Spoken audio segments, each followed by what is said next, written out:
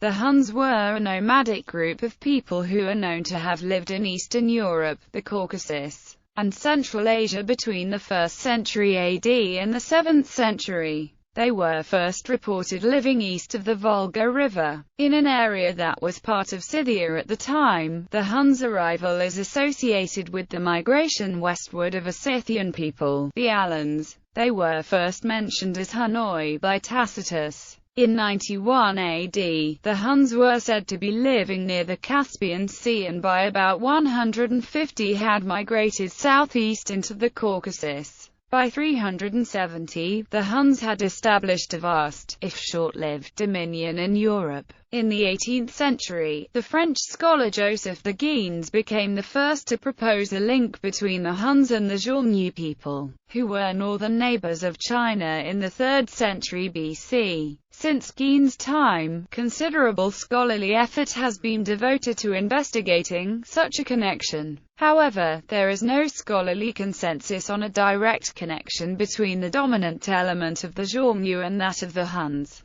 Priscus, a 5th century Roman diplomat and Greek historian, mentions that the Huns had a language of their own. Little of it has survived, and its relationships have mainly been considered the Altaic languages. Numerous other ethnic groups were included under Attila's rule, including very many speakers of Gothic, which some modern scholars describe as a lingua franca of the empire. Their main military technique was mounted archery. The Huns may have stimulated the Great Migration, a contributing factor in the collapse of the Western Roman Empire. They formed a unified empire under Attila the Hun, who died in 453. Their empire broke up the next year. Their descendants, or successors with similar names, are recorded by neighboring populations to the south, east and west as having occupied parts of Eastern Europe and Central Asia approximately from the 4th century to the 6th century. Variants of the Hun name are recorded in the Caucasus until the early 8th century. Origin. The Huns were a confederation of warrior bands, ready to integrate other groups to increase their military power. In the Eurasian steppe in the 4th to 6th centuries AD, most aspects of their ethnogenesis are uncertain. Walter Pohl explicitly states, "All we can say safely is that the name Huns, in late antiquity, described prestigious ruling groups of steppe warriors." The Roman historian Ammianus Marcellinus,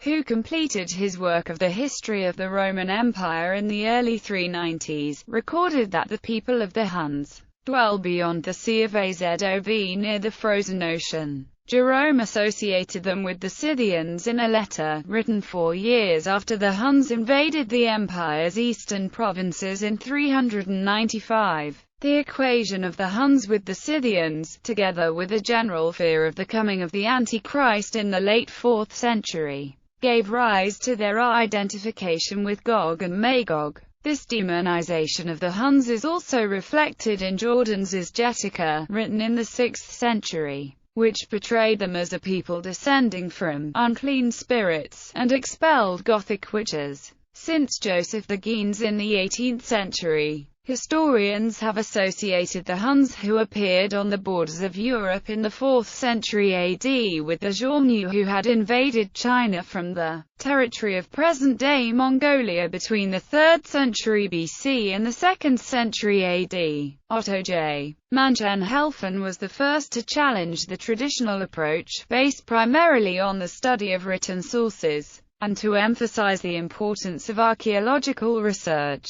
Thereafter the identification of the Xiongnu as the Huns' ancestors became controversial. The similarity of their ethnonyms is one of the most important links between the two peoples. The Buddhist monk Dharmaraksa, who was an important translator of Indian religious texts in the 3rd century AD, applied the word Xiongnu when translating the references to the Huna people into Chinese. A Sogdian merchant described the invasion of northern China by the XWN people in a letter, written in 313 AD. Etienne de Lavaisier asserts both documents prove that Huna or XWN were the exact transcriptions of the Chinese Xiongnu name. Christopher P. Atwood rejects that identification because of the very poor phonological match between the three words. For instance, Xiongnu begins with a voiceless velar fricative, Huna with a voiceless glottal fricative. Xiongnu is a two-syllable word, but XWN only has one syllable. The Chinese Book of Wei contain references to the remains of the descendants of the Xiongnu, who lived in the region of the Altai Mountains in the early 5th century AD. According to de la Vasia, the Chinese source proves that nomadic groups preserved their Xiongnu identity for centuries after the fall of their empire. Both the Xiongnu and Huns used bronze cauldrons, similarly to all peoples of the steppes. Based on the study and categorization of cauldrons from archaeological sites of the Eurasian steppes, archaeologist Toshio Hayashi concludes that the spread of the cauldrons may indicate the route of migration of the Hunnic tribes from Mongolia to the northern region of Central Asia in the 2nd or 3rd century AD, and from Central Asia towards Europe in the second half of the 4th century, which also implies the Huns' association with the Xiongnu. The Huns practiced artificial cranial deformation, but there is no evidence of such practice among the Xiongnu. This custom had already been practiced in the Eurasian steppes in the Bronze Age and in the early Iron Age, but it disappeared around 500 BC. It again started to spread among the local inhabitants of the region of the Talas River and in the Pamir Mountains in the 1st century BC. In addition to the Huns, the custom is also evidenced among the Eurasian Alans.